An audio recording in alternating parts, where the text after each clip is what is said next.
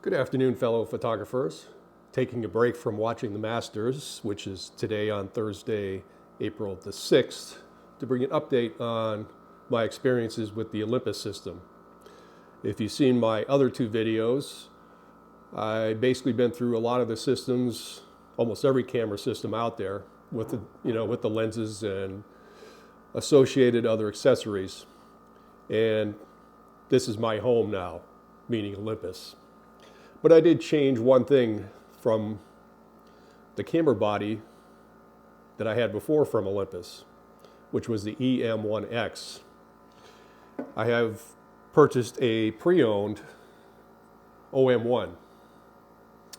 And I can tell you the differences are startling. The big difference is the viewfinder. And to be brutally honest, the viewfinder on the EM1X was just, let's just say, different, okay?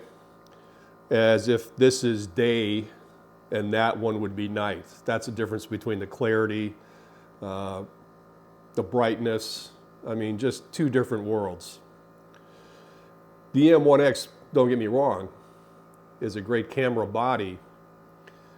And the reason I got it when I was looking to get into Micro Four Thirds was to get into something that was weather sealed, durable, and I kind of like the vertical grip, okay, which gave you that extra battery. But to tell you the truth, whenever I went vertical with the camera, I would go like this because that's something you're used to doing, okay? And then I would go like, oh wait, I got a grip over here. I mean, it's something nice to have sometimes, but unless you're doing a lot of model photography or maybe something else that needs a vertical orientation, it really is something that you're not going to use most likely. And the one thing it does do, other than give you extra battery life, of course, it does add extra weight. And this is a nice lightweight body. You still have the weather sealed. Actually, this has, I think they call it an IP53 rating, which supposedly is more dust proof and waterproof than the EM1X, because basically that had a rating, I think it was called like an EP1. They didn't have like a 5 for the, the first number being for the dust, what you would call it?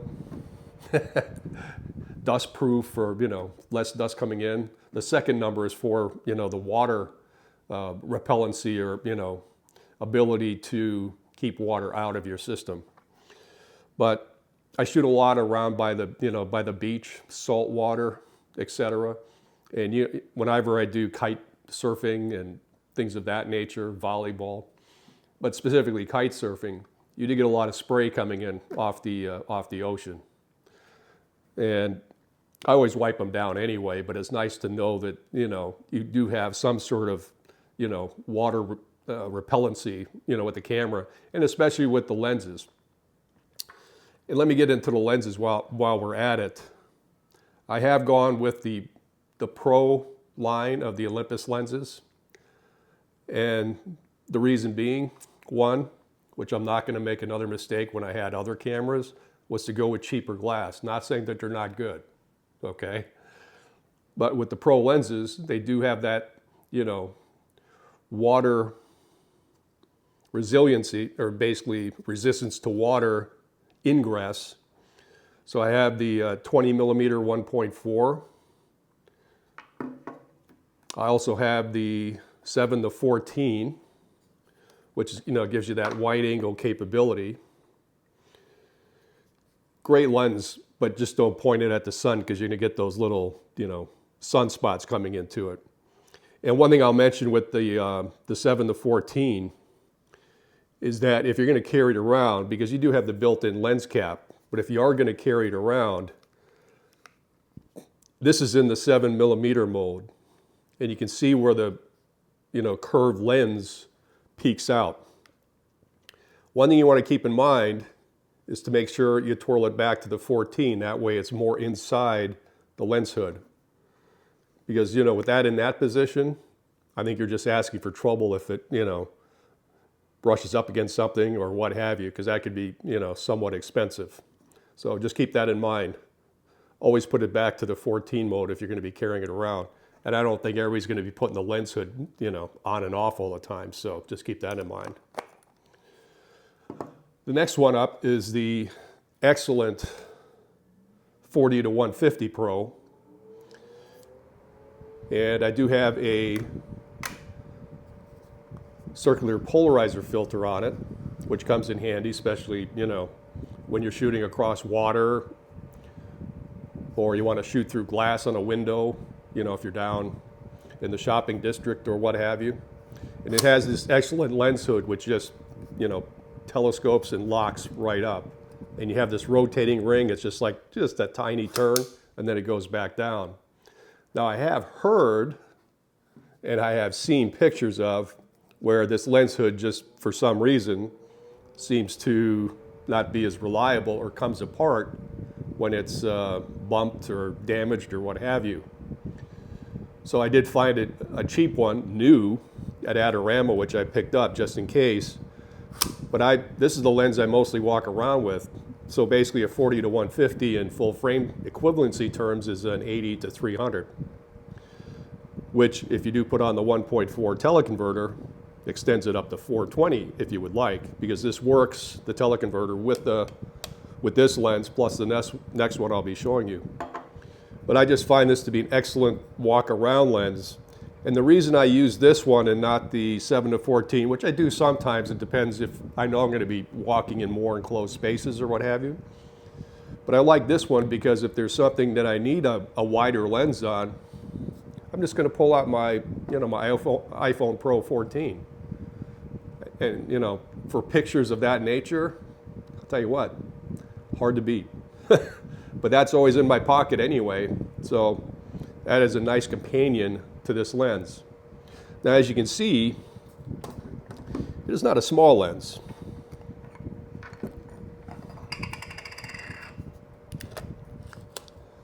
Okay.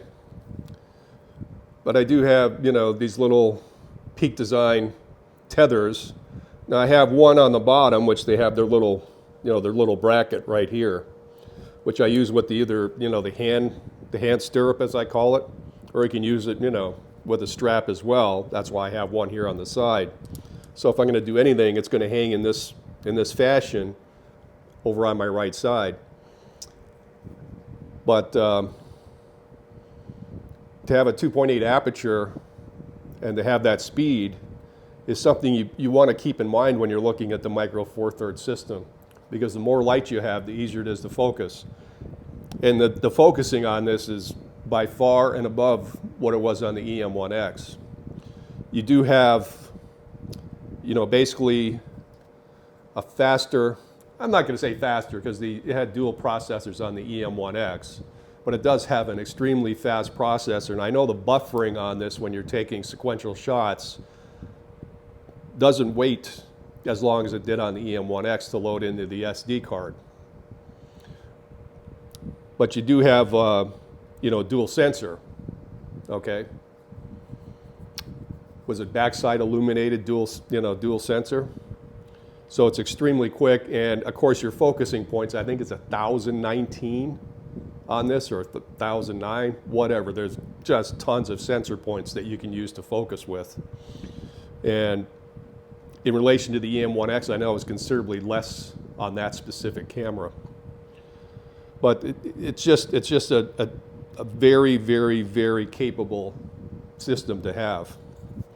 So let me take this off while we're here. Again, you just little turn, goes back.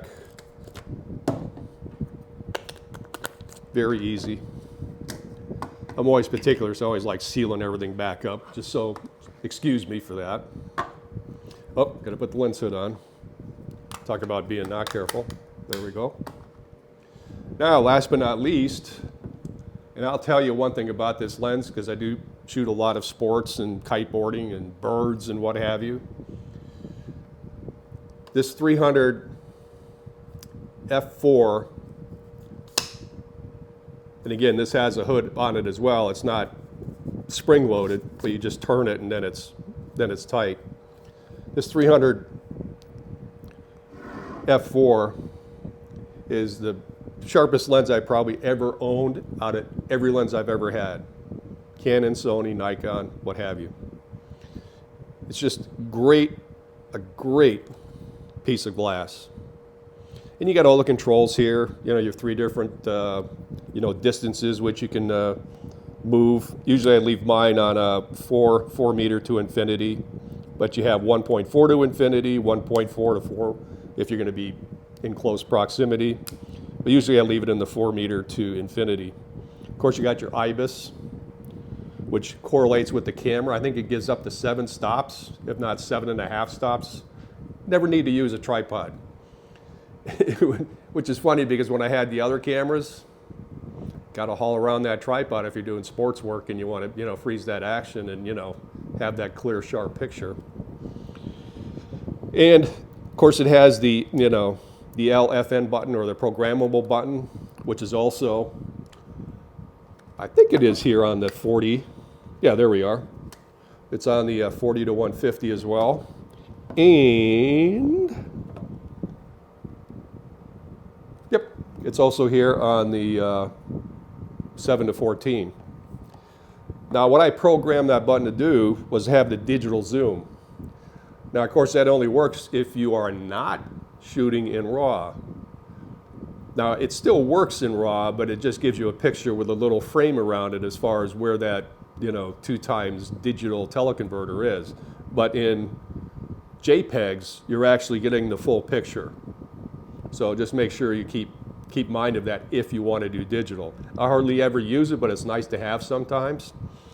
But with this 300 and the 1.4 teleconverter, which basically, again, full frame equivalency, 600 millimeter f4, actually probably 5.6 once you put this on. It's a lot of distance, and then of course you're not shooting at 600, shooting at 840. Is that 840? Yeah, 840. But again, just a great lens. And these things are manufactured so well. I mean, they're all metal bodies. I mean, you might have like a, you know, of course, a plastic, you know, lens hood, but I mean, they're heavy, okay? But they're not as heavy as other lenses or not as expensive. Probably, if you want to use, you know, equivalency, probably 2/3 the weight and 1/3 the price. Yeah, just say 1/3 the price and 1/3 the weight, okay? Because those other ones are hefty, very hefty. Now, getting back to the Micro Four Thirds, using these lenses, and again, they're all Pro lenses, I've been able to crop in as much as I almost did with the full frame cameras I had.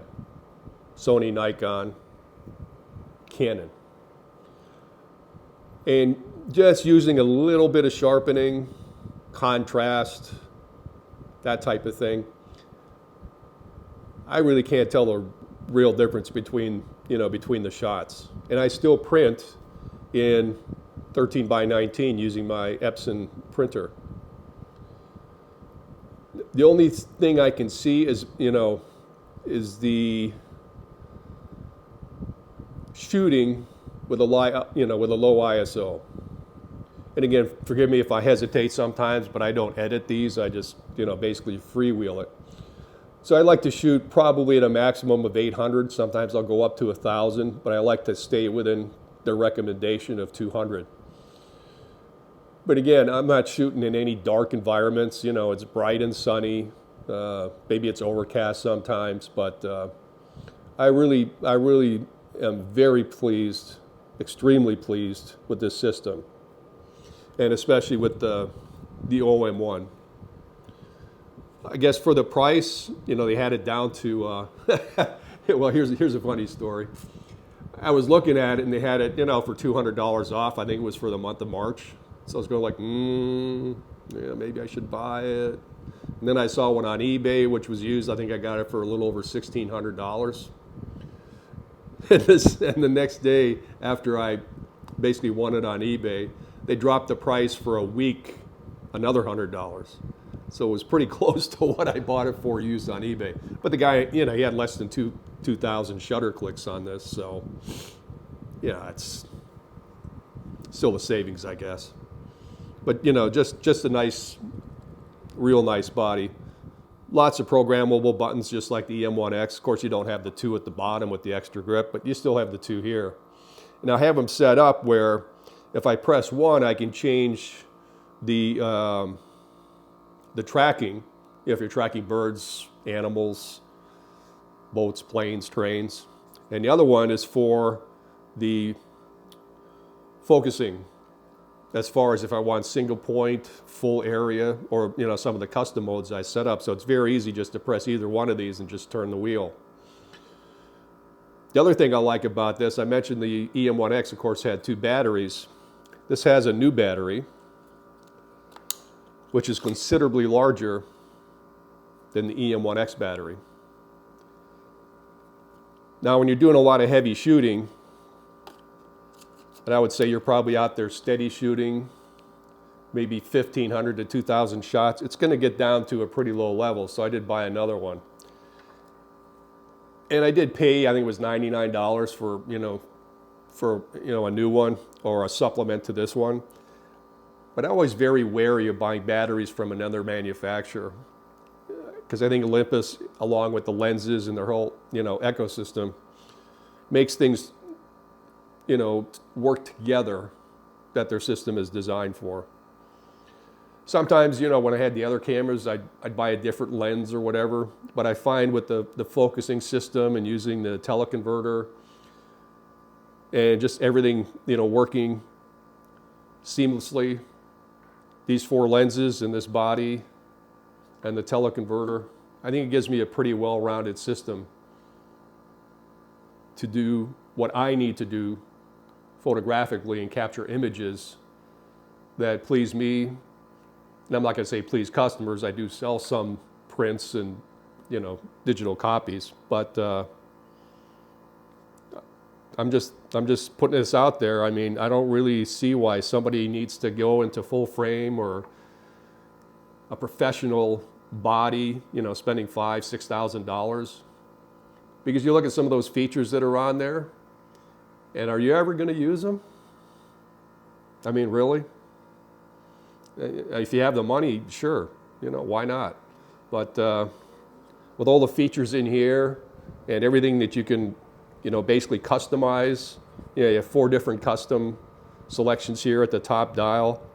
You know, all those, you know, artsy things you can do, you know, digitally in the camera as well. I don't think you can go wrong, especially with this body, these lenses. I mean, just top-notch, excellent photographic package right here.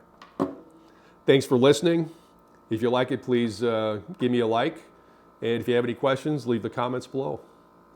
I'm going to go back to watching golf, but thank you very much and have a great weekend. Bye-bye now.